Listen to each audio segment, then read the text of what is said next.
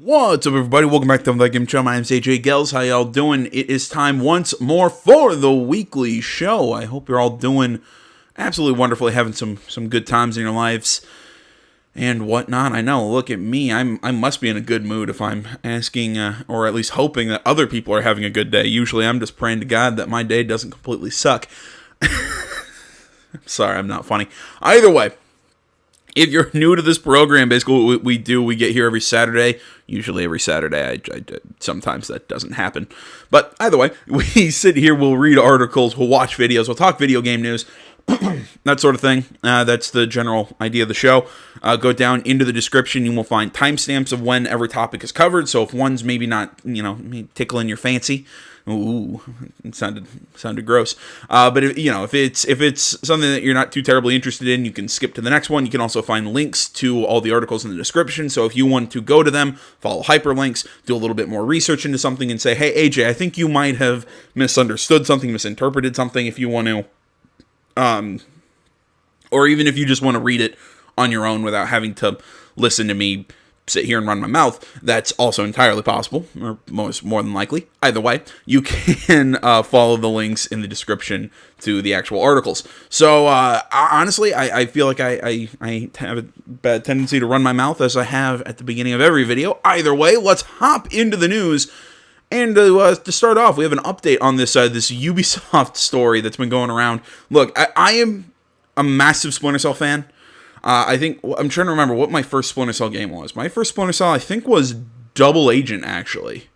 I know the series, has a bigger history than that, but Double Agent, I think, was the first one that I really played and understood.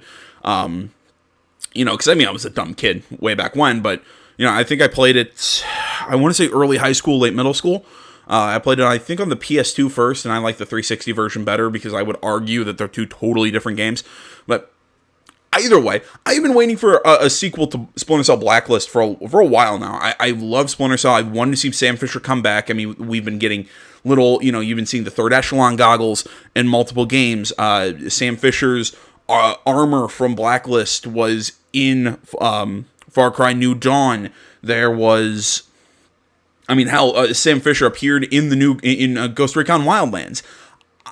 For the love of God, make a new one. And apparently a creative director came out on Twitter and was talking about, oh, look, I'm working on the next Splinter Cell game. And me and I think a lot of people were going, yes.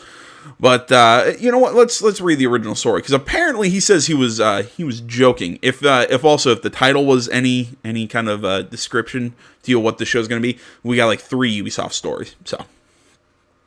All right, the original story goes... Oh, wait, did I say this is on Game Informer by Surreal Vasquez? There we go. Wanted to attribute that before we get it moving.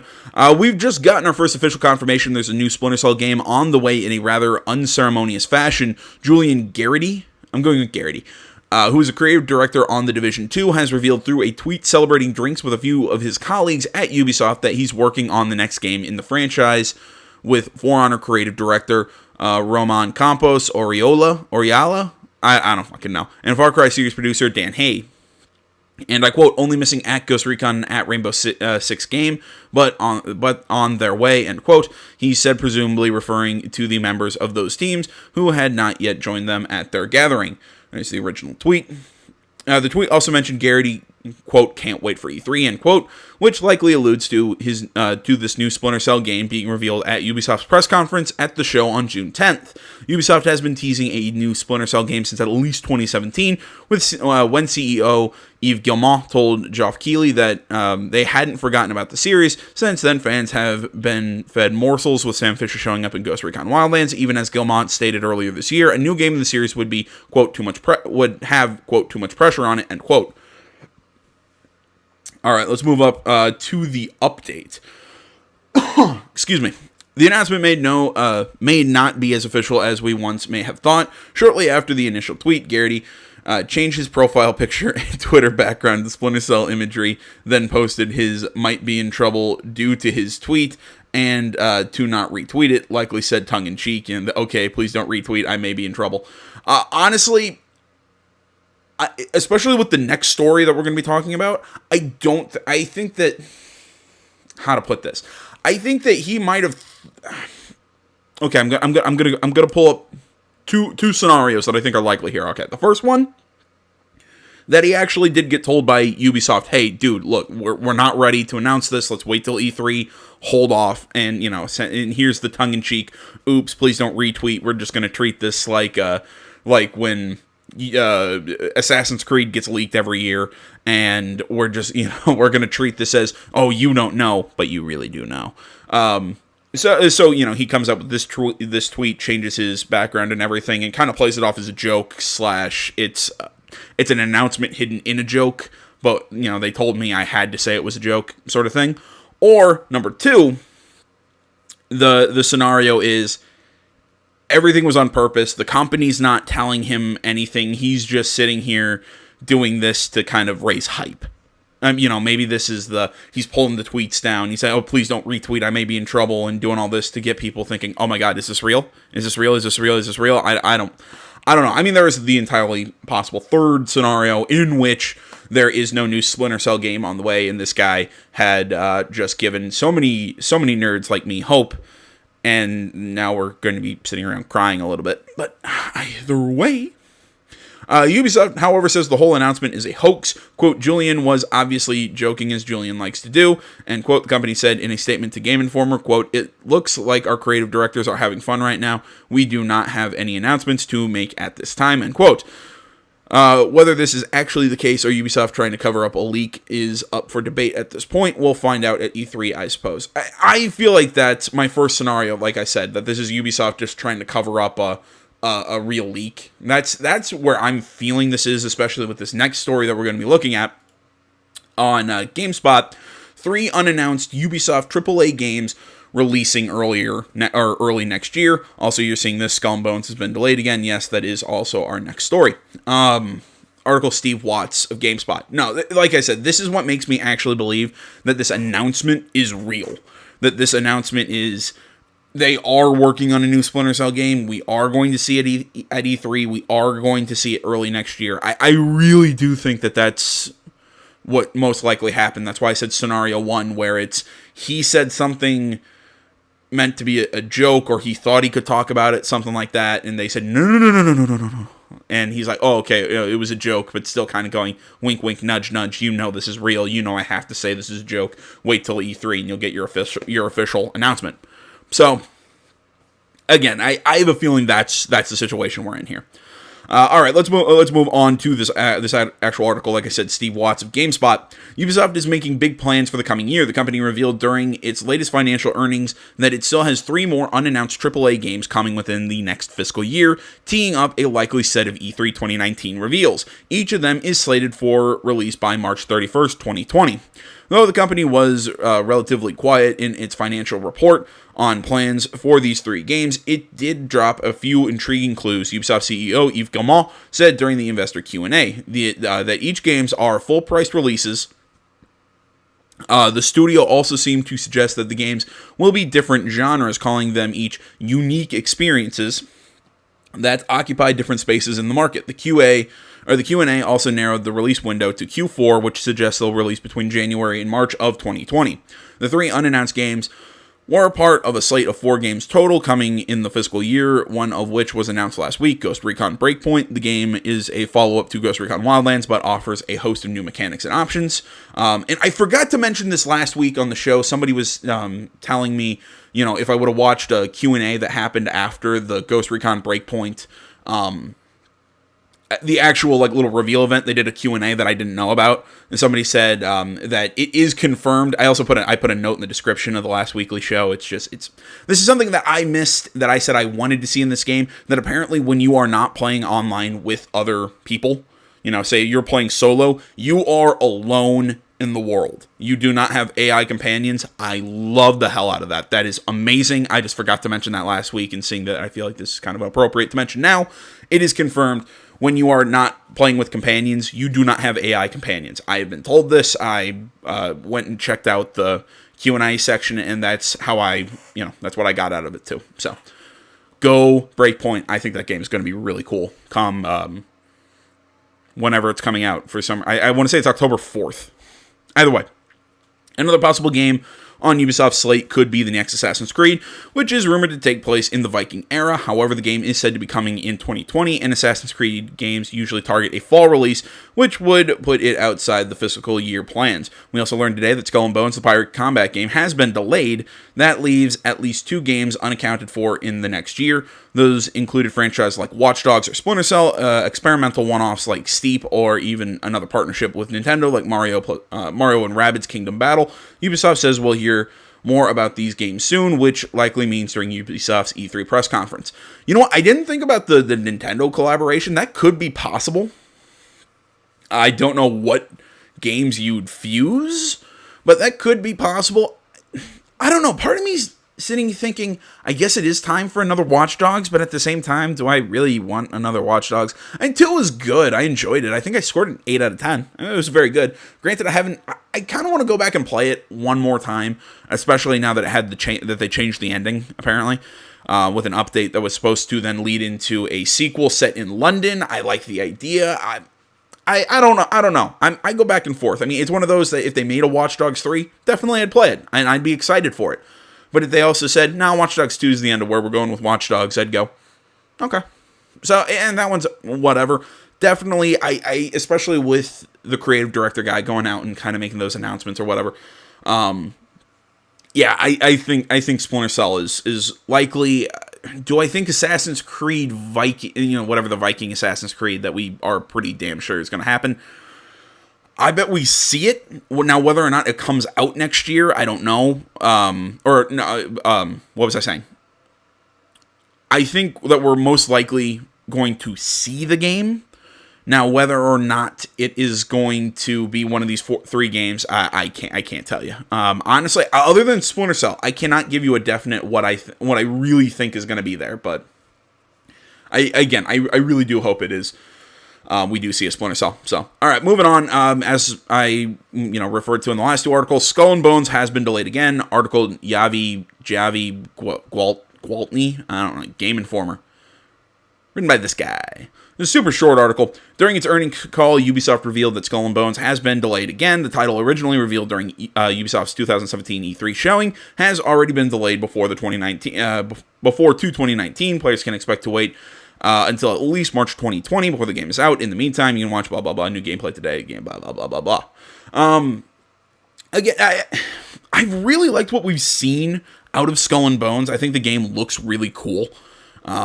Again, as soon as when they first announced it back in 2017, I think they said, I was watching it going, this is awesome, this is awesome, this is like Assassin's Creed 4 Black Flag without the assassin stuff. I'm in, I'm 100% down.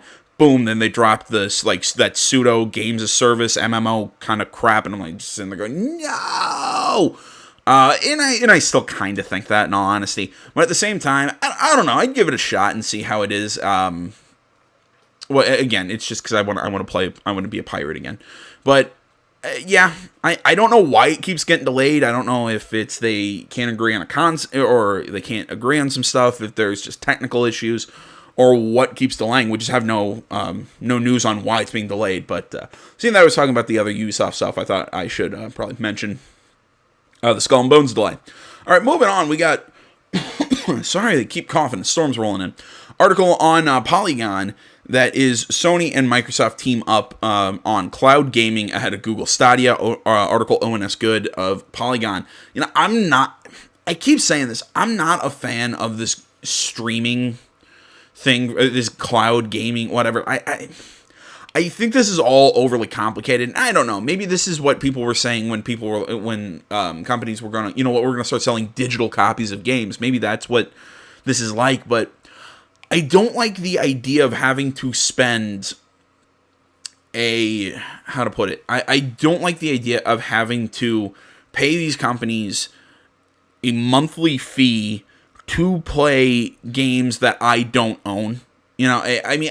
Last week I said some good things about EA moving its EA Access service over to PlayStation, and I do like the idea of it on the surface, that hey, I can go back and I can finally play the Mass Effect games on my PlayStation 4. I love that idea, but then again, I'm sitting here thinking, man, are there enough games here that make this service worth it, that I keep paying this like $4 something a month or like 20 something annually, and I don't own any of these games? It's just that eventually I'm going to play them all and maybe not play them for a little bit, and then I'm going to still have this account keeps taking up money. I mean, do I just cancel my what am I saying here? I mean, do I just cancel my subscription? Do I just cancel my service and just go meh? I don't know, man. I'm not a fan of it.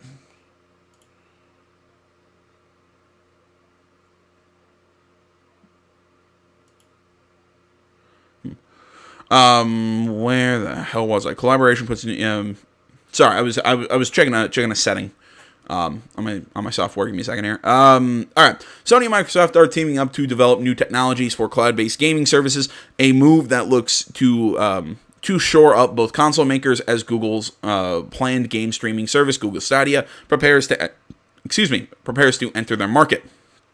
Obviously, the two companies, PlayStation and Xbox platforms, have current hardware and software that compete directly in this space, but their collaboration, quote, will contribute greatly to the advancement of interactive content, end quote, Sony's chief executive said in a statement released by Microsoft. You know what? I will give Sony's, I always forget what the hell it is, PlayStation Now. I will give PlayStation Now some credit, because it seems like there is a lot of games, especially old classic games on Sony. Like, it's one of those that it would take me a long time to sift through there and play everything that I want to play. You know, it seems like with PlayStation Now, there always seems to be something that I can be, always seems to be something that I can be playing. So making it a little bit more worth it. I'm sure Xbox would be similar. I just really haven't looked at some of the games that Game Pass has. Again, as a whole, I'm not a fan of this streaming idea. But I guess, but again, at least I'm kind of torn here. I on its face and wholesale, I don't like this idea of moving towards this, but because I feel like I'm going to be spending a whole hell of a lot more money down the road than I would up front just to buy one game that I want. But at the same time, I really like this. But at the same time, I like PlayStation Now because I think it has a better quality of titles available to you. I don't know. I'm like I said, I'm kind of torn on that one. I mean, as long as this whole streaming thing doesn't flat out replace buying and owning games, I don't really mind it. But just because that's the vibe I got from what Stadia was saying. Stadia was kind of this, we're going to replace buying games. It's all going to be subscription services and this and this. And also the fact that it's run through Google just kind of made me go, yeah. But I don't know. Again, it's like I said, I don't mind this subscription thing kind of as a, I'm trying to think what the word is. This subscription based style of my god, I can't think of the word. Kind of as a supplement to add along with just buying games, but at the same time, I don't know. As long as it's not replacing them, I guess I can deal with it. I don't know. I'm sorry, I kind of went into a weird circle there. The two console gaming rivals signed a memorandum of understanding. It's like a treaty of war, under which both companies will, quote, explore joint development of future cloud solutions in Microsoft Azure to support their respective game and content streaming services, end quote, the statement said. That will include using Azure data center solutions for Sony's existing game streaming services, quote, these efforts will also include building better development platforms for the content creator community, end quote, the statement said. Microsoft's Azure, dating to 2010, is the company's cloud computing software and managed data center service. The most immediate upshot of the partnership is that this could be bad news for Azure's main rival, Amazon Web Services, but the alliance also appears to address a competitor that will soon enter the fray, the Stadia game streaming service that Google unveiled at Game Developers Conference 2019. In the ideal vision Google presented in March, Stadia would do away with game consoles, necessity by streaming video games instantly in high definition and with high frame rates to a myriad of devices simply by clicking a hyperlink. And see, this is what I'm talking about. the fact that you're getting rid of game consoles, that you're effectively getting rid of owning games. That's what I don't like about Stadia, especially because, one, I don't believe for a fucking second that you can do this at, top frame rates, high definition and everything, that you can stream that on just a normal internet, because that's what I've been seeing. But I've also heard people say, no, that's complete bullshit. There were frame drops and there were issues even on a good internet, not just like your normal run of the mill sort of thing. Yeah, I do not believe what Stadia and Google is selling us for a second with that. And then you take the fact that it's subscription based. So at any time, Google can just say no and take away your subscription. Now you can't play games. Now they're no. I've been saying this for a while. I do not like this concept of not owning my games. And look, if you want to tell me I'm misunderstanding something or I'm misreading something about Stadia, I'm not a fan of it. No. PlayStation already offers a cloud gaming service, PlayStation Now, a streaming service launched in 2014. The service allows subscribers access to a library of more than 700 PlayStation 2, and PS4 titles for $19.99 a month. See, that, like I said, maybe a little steep for $19.99 a month, but at the same time, those 700 titles, I've seen a lot of them. There are a lot of really good titles, a lot of classics. So, again, it's like I said, I have that as a supplement to also owning all my games on my PlayStation. I don't mind it. That's what I'm getting at. Microsoft Game Pass, while not a streaming service, offers subscribers access to a curated library of 200 games for $9.99 a month. In September, PlayStation Now announced it would follow Game Pass's suit by enabling downloads of games in its library for playing offline.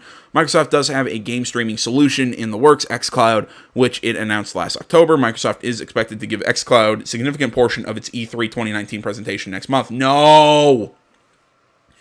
God damn it, Microsoft. Why do you keep making your E3 presentation so boring?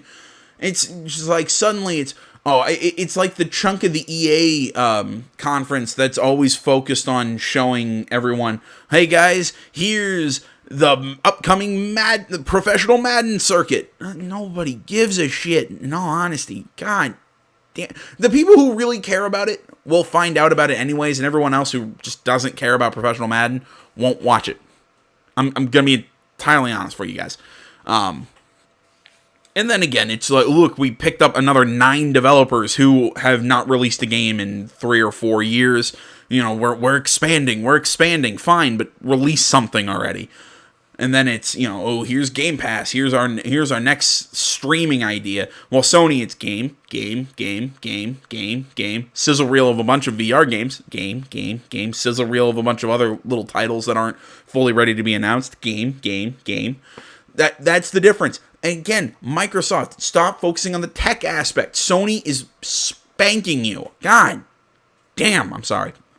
Sony and Microsoft cooperation will also extend to artificial intelligence and semiconductors, although not for gaming and streaming applications, but most of Thursday's announcement and reaction to it focused on video games and the two rival companies coming together in the face of a new threat.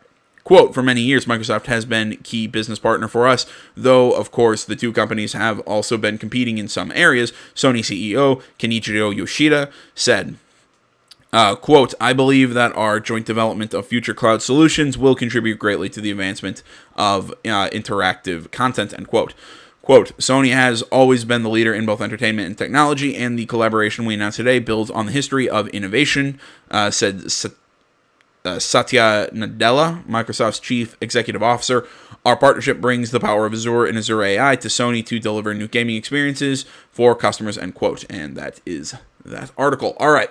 I've talked enough on this one. Give me a second, guys. I need to check some settings here on my software, and then we will continue on with the show. All right, guys, we're good. I don't know why something wasn't looking right on my software, but no, we're all good. Either way, moving on to our next article, we have Vampire the Masquerade returning as a narrative RPG.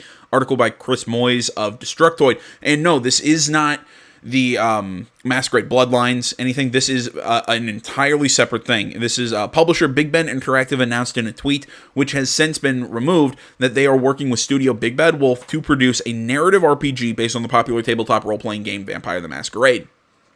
Now, Big Bad Wolf sounds really familiar to anybody like me, who actually played the Council. They were the developers behind the Council. Now, the Council took that sort of telltale sort of narrative adventure style game, this evolution of the point and click adventure that was so popular back in I want to say the 90s.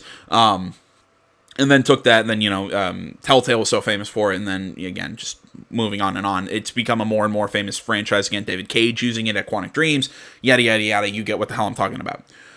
So with the Council, they took that style of gameplay and then fused it with RPG mechanics. Actually, I really liked what the Council did. I mean, the game was stiff, had some weird characters. I don't know. I had really mixed feelings about the Council. Mostly because I feel like the early chapters were really good, and then they just kind of felt like filler, important information, mostly filler, and just either way. I really like the Council, and maybe because this tweet's been removed, maybe makes me a little nervous. I really hope this is actually happening. I mean, that Big Bad Wolf can take RPG mechanics again and apply it to this sort of narrative adventure sort of style of gameplay, this narrative RPG sort of idea. I really hope that they get another shot at this, especially after the Council. I'm really hoping that this actually does go on. Details are scant, but it is believed that the new title will be more in adherence to the rules and atmosphere of the tabletop edition as opposed to the action RPG titles that have been released in the past, such as Vampire the Masquerade Bloodlines. I will give the Bloodlines credit. If you look at how that game's skill system works and how picking up skills and everything works, it is very much in tune to what a tabletop RPG is. Masquerade Bloodlines, I think, was one of the games that was the closest to fusing tabletop skill systems to a video game. I thought it worked very well. Go check that out sometime if you got some free time. Big Bad Wolf previously worked on the episodic game The Council, which tells a grim tale of secret societies and occult killings, so we know that they are one with the shadows. More information is expected at Gamescom 2019, which takes place in Cologne in August. Yeah, like I said, I really hope this is real. I really, really, really want more details on this, because I mean, I'm serious. Like, this is an instant pre-order for me. I am sold. I am in. Moving on to an article here on GameSpot. This is by Eddie Makuch. Last of Us dev looking to close out development. And this is on The Last of Us Part 2. It looks like The Last of Us Part 2 might be almost finished. Co-game director Anthony Newman said on Twitter, the developer, Naughty Dog, is looking to hire people to help close out the long-awaited PlayStation 4 game. The wording suggests the development might be nearing an end. That being said, the, quote, closeout period for The Last of Us Part 2 might not necessarily happen quickly. Still, the fact that the game's co-director is using the terminology suggests the title is indeed at least entering the final phase of development. It's also worth mentioning that Newman never even mentions The Last of Us Part 2 in his tweet, though his reference to closing out a project is no doubt related to the title. Naughty Dog has no other announced projects in the works. Naughty Dog Vice President Neil Druckmann said back in April that Troy Baker and Ashley Johnson completed their shoots for Joel and Ellie, respectively. He said The Last of Us Part 2 contains the, quote, most ambitious cinematic shoot we've ever done, end quote. Super pumped. Love Troy Baker. Love Ashley Johnson. Not just in this show, or in this game. I love her just about everywhere. Isn't she? She's done stuff with Critical Role, I think. She's done a few TV shows. I really like Ashley Johnson. I love her voice. Where the hell was I? All right. No release date or even a release window has been announced yet for The Last of Us Part 2. The parody website The Onion recently posted a silly story that said game would launch in 2019, but Naughty Dog responded by saying it would share more information when it's ready. For more on the much-awaited PlayStation 4 game, check out everything we know about The Last of Us Part 2. Ordinarily, this would be an exciting time of year for PlayStation fans, eager to learn more about what's coming next. However, Sony's not attending E3 in 2019 in June. Last of Us Part 2 is coming to PS5, but the PS5 will be backwards compatible with PS4 games, yada, yada, yada. No, I expect, for the love of God, Sony, at your next State of Play, you've got to talk about this, and I keep bringing up Ghost of Tsushima, because, again, we don't know much of anything about it. Supposedly, that game was still supposed to come out this year, even though it's still TBD, or TBA, whatever you want to say, on the Sony websites. Give us some details on Ghost of Tsushima and then Death Stranding. So yeah, I have The Last of Us 2 coming out next fall. I think that's the most likely scenario, so to speak. Moving on, we got another couple little quick stories before we get into a video. And if you're wondering what the video is, it's narrated some analyzed gameplay or whatever on Game Informer for the upcoming Supermassive Games game, the Man of Medan. So we'll check that out in a little bit. But before that, Game Informer, WWE 2K devs starting new wrestling IP, article by Matthew Cato of Game Informer. WWE 2K series developer Yukes is the undisputed champion of pro wrestling titles at the moment, but that's largely because it has no competition in the ring. The company is aware this is always a good spot to be in, so it's taking matters into its own hands by creating a new wrestling IP through a new internal development team. Quote, I think having no competitor isn't healthy at all, Hirumi Furuta, Yukes senior vice president, told VGC. Quote, when we had competitors in the wrestling space, we were determined not to lose, and that was a great motivator for creating something great, end quote. What space this new wrestling title will take is up in the air at the moment, with Furuta saying the game is in its early stages, with several elements still to be decided. Yukes will continue to work on the WWE 2K series, which 2K developer Visual Concepts also helps with, but it's unknown at the time if publisher 2K will work with Yukes to put out the game over here. For more from Furuta and Yukes Wrestling Games and the future of the studio, head over to VGC. Kind of what I'm hoping to see with this is sort of like what EA Sports did with what was it? EA Sports MMA before they took over the Undisputed series from, was it actually Yukes? Didn't Yukes and 2K, I think, originally did the UFC Undisputed games before did the UFC Undisputed games before EA took over the UFC games. Which, in all honesty, I liked Undisputed more than I liked the more recent UFC MMA. But either way, that's a different discussion. But EA Sports did an MMA game where you fought in stuff like Bellator and you fought in Japan. You fought in circuits that weren't the UFC. You literally fought in every circuit that wasn't the UFC. So I don't know. Maybe this is Yukes trying to expand outside of the WWE. You know, you can do Lucha down in Mexico, go to New Japan Pro Wrestling, stuff like Ring of Honor.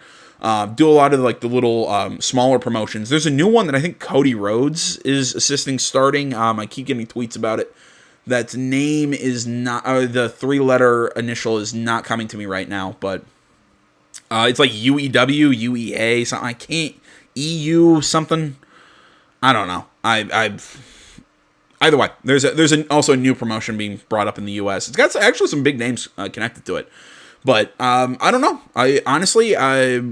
I'm interested to see what they do because I have a love-hate relationship with the WWE 2K games. I actually like the story. In 2019, I will give, was pretty good. I liked the story, the actual story to the game. I liked the I always loved WWE Universe, the character creation. While still it feels a little limited, I'm enjoying more and more as the more I play them. But yeah, but this is also the first WWE 2K game that I've really enjoyed in a long time. So either way, I don't know. Take that for what you will. We're gonna move on here. Next article on the PlayStation blog. I think this came out technically last week, but I didn't talk about this on the last show. So, Predator Hunting Grounds revealed during the State of Play. This is we saw a small trailer for this, and by when I say trailer, it was basically, hey, here's a little 4-man tactical team walking through the jungle. We're gonna pan back. There's the Predator. Cut the Black Predator, or whatever the hell this game's name is. Predator Hunting Grounds. As far as we know, it's a 4v1 style arena combat game, kind of like Evolve, is what it reminds me the most of. But either way, we got some more details in this article on the PlayStation blog. This is by Charles Brungart. Hopefully that's the CEO of Ilphonic, the developers. When I first saw this scene at 10 years old, it sent shivers down my spine. This gets to the heart of what makes the Predator universe so freaking awesome. It doesn't matter if you're a seasoned special operations badass. If the Predator is hunting you, you are afraid. I've been a huge fan ever since. Years later, my fellow IllFonic members and I, fresh off our last game, are brainstorming what we want to make next. We first assembled 12 years ago to create games based on movies we love, and Predator seemed like the perfect fit. One afternoon during E3, Jared Garrettson and Jordan Mathieson and I shared our idea that got the entire team amped up. You can tell we're a team of passionate movie and video game fans. Once we decided on Predator, it was clear this needed to be a shooter that had to look and feel authentic. One team's passion for Predator helped us launch the partnership with Sony Interactive Entertainment and Fox. Not only do these powerhouses believe in our vision, which has made this dream which has made this a dream project, they understand what we want to create. They have given us so much to work with and are empowering us to create something new for fans while expanding the lore of the Predator. Having the quality bar raised by our partners has been a great driver for creating an amazing game. So how does Predator Hunting Grounds play? We're still pretty early in development. The game is due out next year, but I can give you some initial details about this competitive online multiplayer experience, and I love how there's an asterisk there, or as a star, I don't care. For starters, we're big fans of asymmetrical multiplayer experiences. I hate you people, and we're building off of our past success in a new way with Predator Hunting Grounds. One group of players will control a member of an elite fire team who packs state-of-the-art conventional firepower from shotguns and SMGs to sniper rifles and more. Meanwhile, one player will control the Predator, a stealthy acrobatic killing machine bristling with exotic alien technology such as the infamous plasma caster. You know, in all honesty, of these games that I have actually enjoyed, granted, because I don't play these games, but of the ones that I've enjoyed, I will say the ones I have enjoyed watching, honestly, Friday the 13th, I found it to be the most entertaining. Because I love the concept. I love that Jason is so ungodly overpowered compared to everyone else. It just seems like a stupid good time. I mean, I think what shut down that project was actually just a competition over the rights to Friday the 13th. But again, I really liked seeing that game compared to any of these other ones. And again, this just reminds me so much of Evolve, just with a different concept. Or not with a different concept. This reminds me so much of Evolve, just you don't pick which monster you want to be, you have to be Predator. And maybe it's because I don't have a connection to Predator like a lot of people do. I just, meh.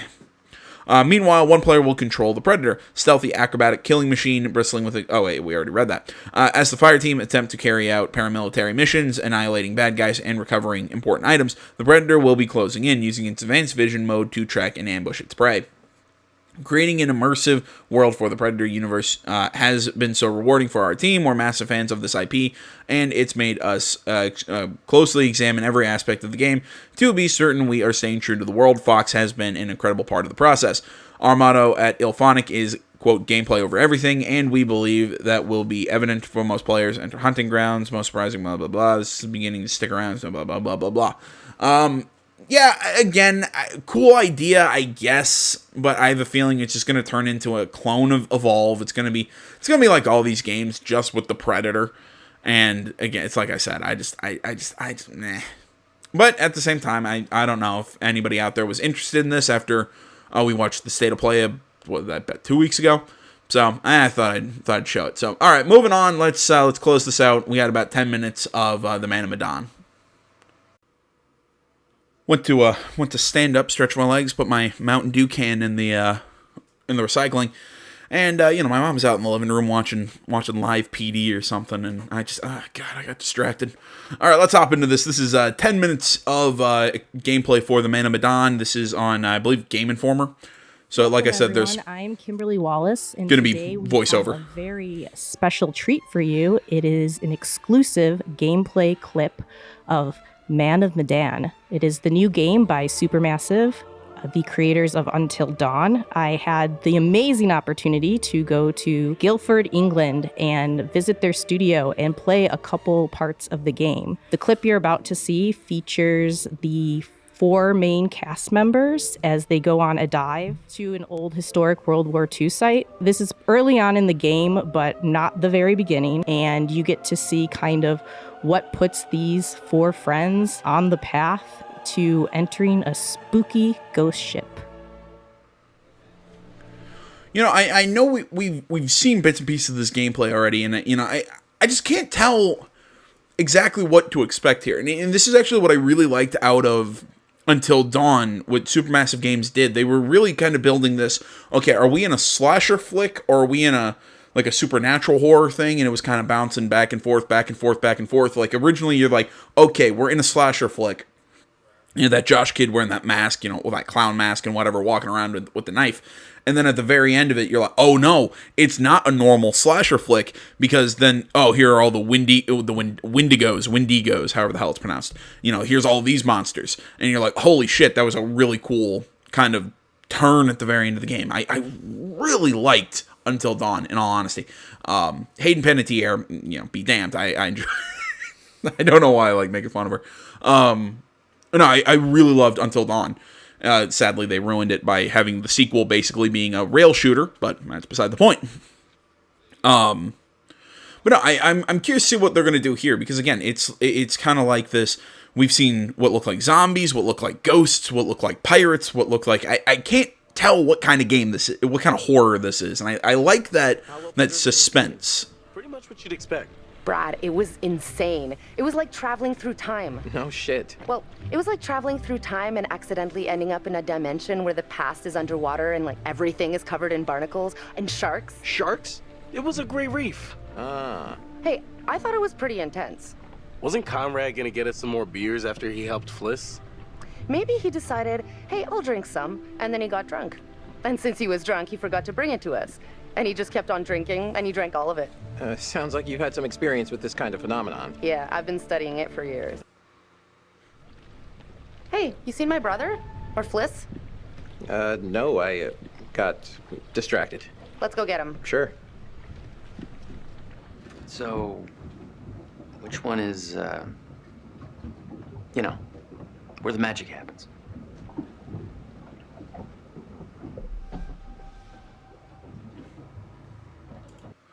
All right, they're really, excuse me, they are really going after that nautical sort of theme, aren't they? From what I understand, the presenter said Man of Medan. I'm gonna keep saying Man of Medan just because that's how that looks like to me. But from what I understand, this is part of actually a new anthology that Supermassive is doing. I forgot to mention this at the beginning, but apparently Supermassive, excuse me, sorry about the coughing. It's like I said, we got a storm rolling in and it's messing with me. What Supermassive is doing here, they're creating a new horror anthology series.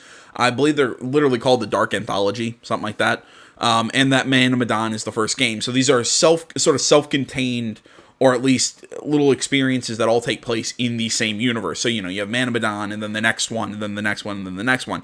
So that's just something to, I don't know, just interesting fact I was just thinking about. On behalf of my family, I'd like to apologize for my brother acting like a horny fifth grader. It's okay. I can deal with children. Conrad, beers, where are they? Technically, we're all men. We all act like horny fifth graders, but whatever. So what do you think, Captain? Coordinates? Those are coordinates, all right. Maybe the plane's destination? You think we could get there by tomorrow?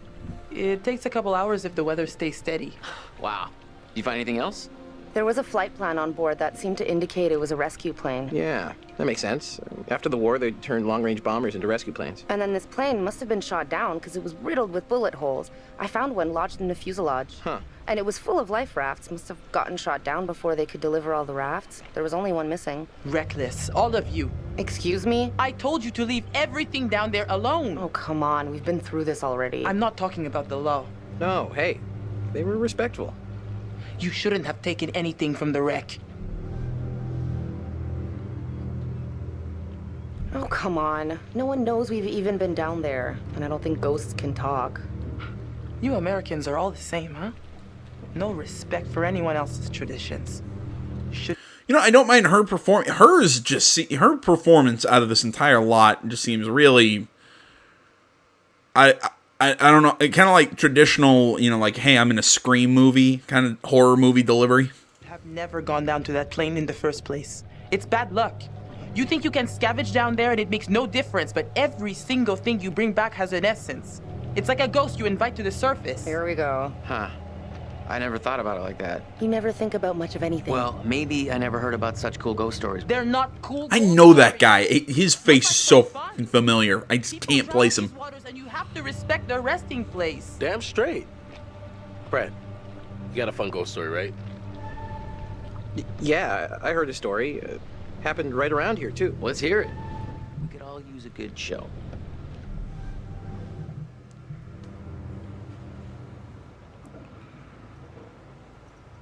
Let's hear it.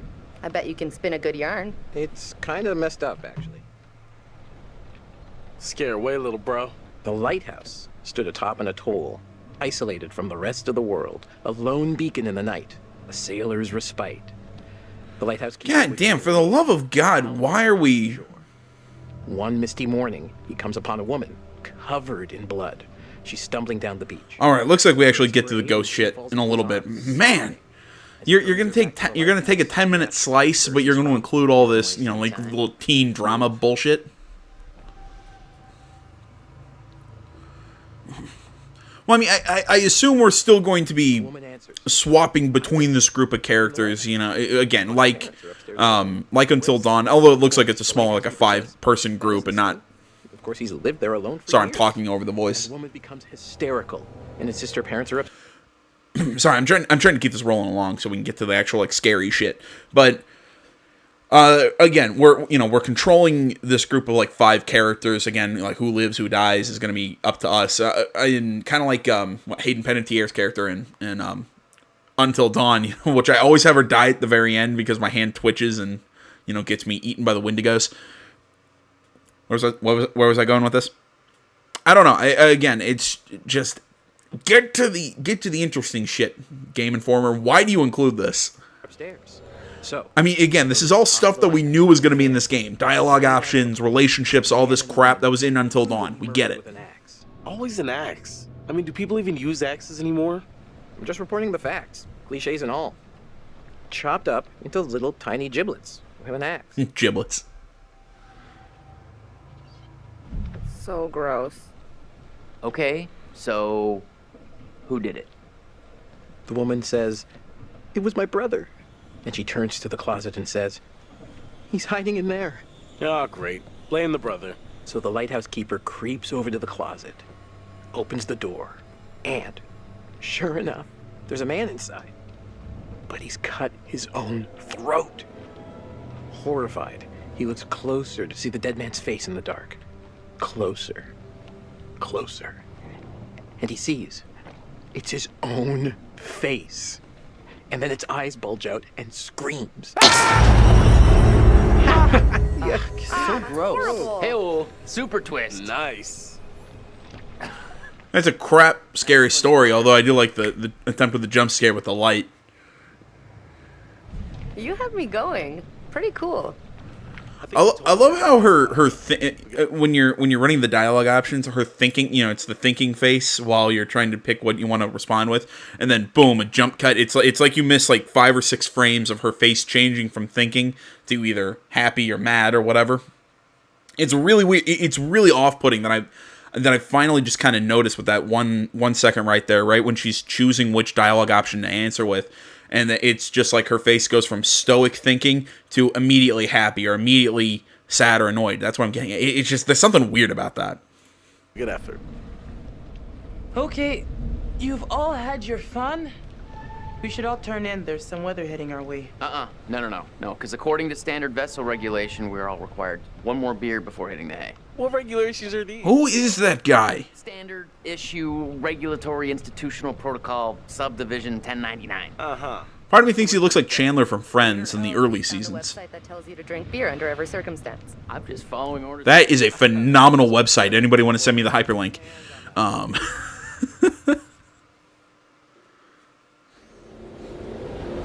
Let's get to the scary shit. There we go, pirates.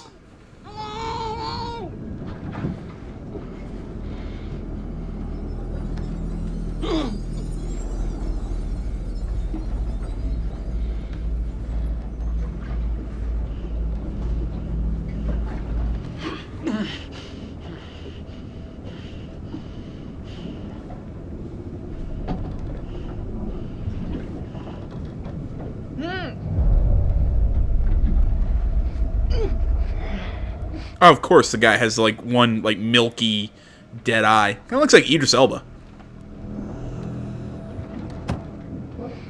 Like just that angle. It's like every picture of Idris Elba I've ever seen kind of has that. Is from that like kind of like low angle.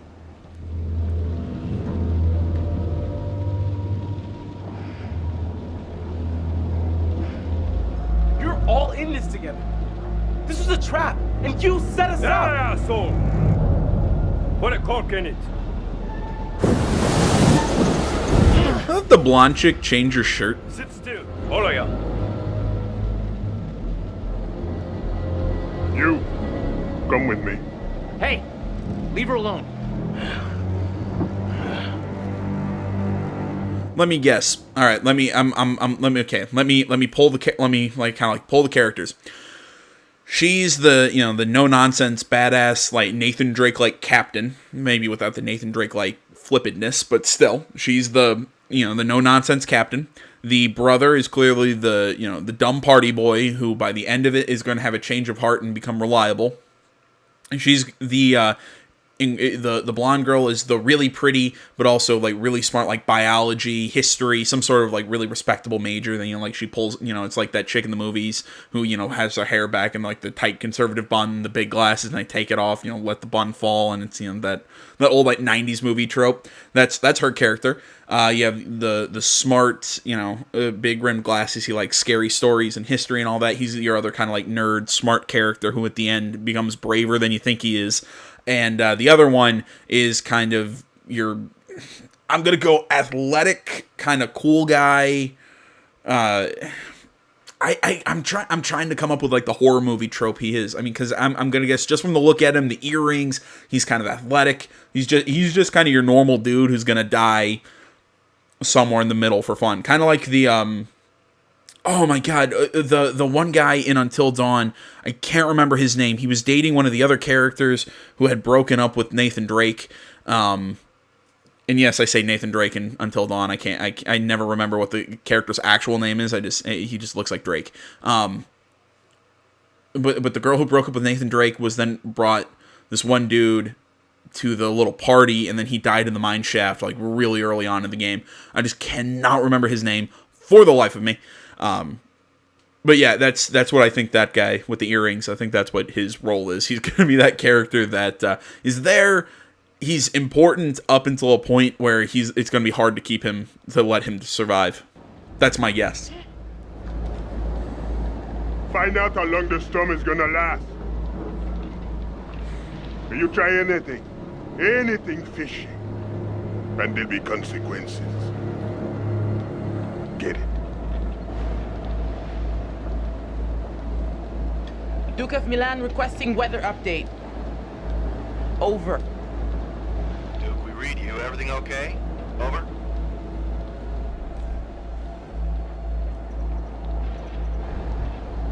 Listen to me. We have been kidnapped. I repeat, SOS, we are 20 miles north of...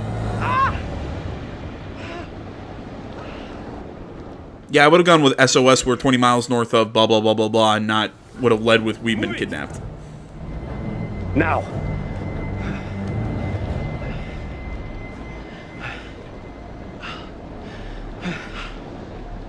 Could you have left me any faster? Just trying to stay alive.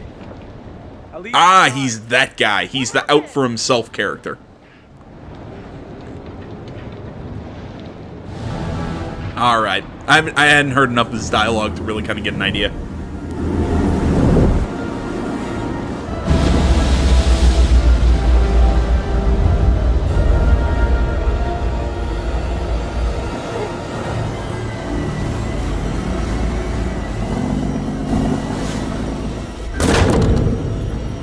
It's a ghost ship.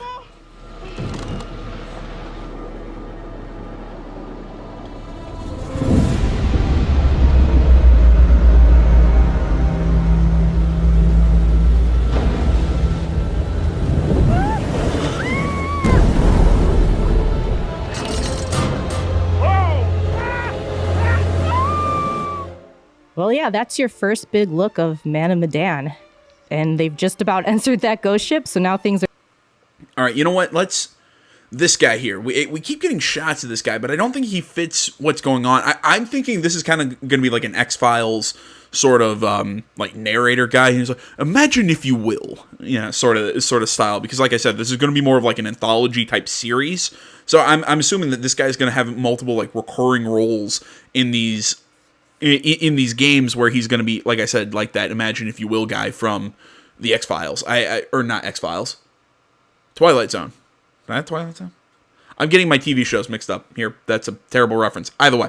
I don't know what all to expect out of this game after that little bit. I mean, I was kind of hoping for more zombies or, more like look at what the horror stuff is instead of just here's random teenagers on a boat. Oh, I'm sorry, early 20-year-olds on a boat, but teenagers on a boat. They've just about entered that ghost ship, so now things are going to get really interesting. Sorry we had to cut you off. I got mad when I got cut off there too, so don't worry. If you'd like to see more on the game and learn more about my trip, you can read the most recent issue of Game Informer. We also have a preview with our 5 big takeaways on the web show at YouTube. Okay, here we go. It's Man of Medan, the Dark Pictures Anthology. That's what it is. I'm curious to see what the length of the series is going to be, like how long the individual games are going to be in these Dark Picture anthology sort of things. With Until Dawn, what was it? It was like 12 chapters. Each chapter spanned like an hour of in-game time.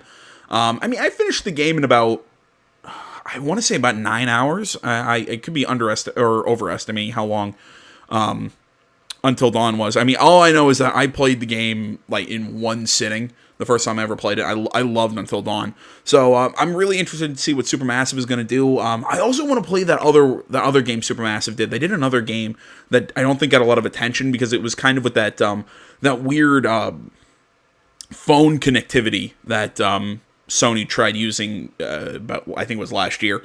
I can't remember the name of the game. I'm going to have to keep looking at it. I have to look it up sometime. I want to play that, but either way, I'm rambling. The show's gone on long enough. Thank you so much for watching, everybody. Tell me what you thought about any of the articles down in the comments or on social media. Like, comment, not already, please subscribe to the channel. All social media links are in the description, along with links to the articles and timestamps. Thank you for watching. Come back next week. Tons of Let's Plays going on here on the channel. I think that's about all I got for you today. So I will say it one more time. Thank you for watching while I still try and think if there's anything I forgot. Nope. My name's AJ Gills, Simple Gaming Channel. I'm out.